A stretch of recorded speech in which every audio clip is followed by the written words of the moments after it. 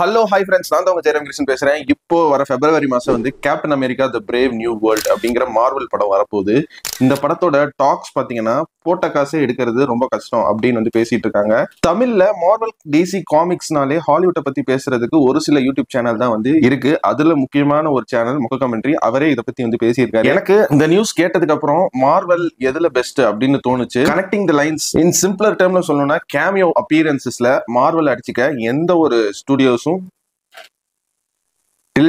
எதுவுமே இல்ல.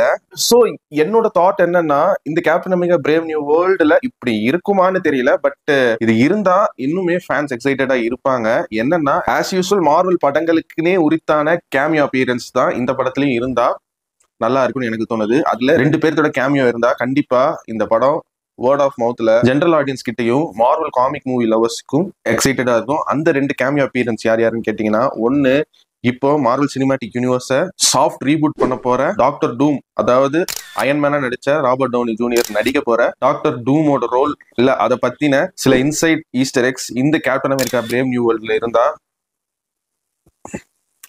படம் பாக்ஸ் ஆஃபீஸ் பார்டர் லைன்ல இருந்தும் சில விமர்சனங்களுக்கிட்ட இருந்தும் தப்பிக்கிறதுக்கு ஒரு 50% சான்ஸ் இருக்குங்க. அண்ட் இன்னொரு கேமியோ அப்பியரன்ஸ் யாருன்னா, கேப்டன் அமெரிக்கான்னு பேர் வச்சுட்டு கிறிஸ் ஈவன்ஸ் கேமியோ இல்லைன்னா படத்துல எப்படி டெட்பூல் அண்ட் வூல்வரீன்ல எப்படி ஹியூமன் டார்ச்சர் வந்து கிறிஸ் ஈவன்ஸ் நடிக்க வச்சாங்களோ, சும்மா போஸ்ட் கிரெடிட் சீன்லயோ ப்ரீ கிரெடிட் சீன்லயோ Chris Evans as Captain America என்ன பண்ணிட்டு இருக்காரு, இல்ல வேற ஒரு யூனிவர்ஸ்ல இருக்கிற கேப்டன் அமெரிக்காவை இந்த கேப்டன் அமெரிக்கா பிரேவ் நியூ வேர்ல்டோட கனெக்ட் பண்ணாங்கன்னா சொல்லவே தேவையில்ல. ஆடியன்ஸ், அதுவும் கேப்டன் அமெரிக்கா கிறிஸ் ஈவன்ஸ்க்கான ஃபேன்ஸ் எப்படி அதை கொண்டாடுவாங்கன்னு.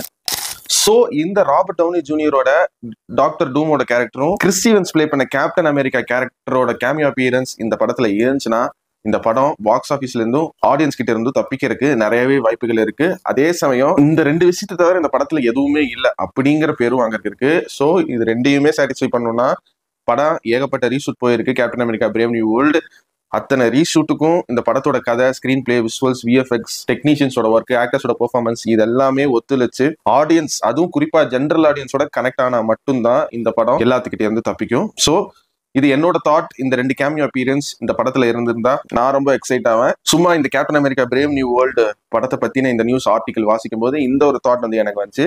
இதை பத்தி நீங்க என்ன நினைக்கிறீங்க? இந்த மாதிரி வீடியோ நம்ம சேனல்ல போடலாமா வேணாமா அப்படிங்கறதையும் மறக்காம கமெண்ட் பாக்ஸ்ல லீவ் பண்ணுங்க.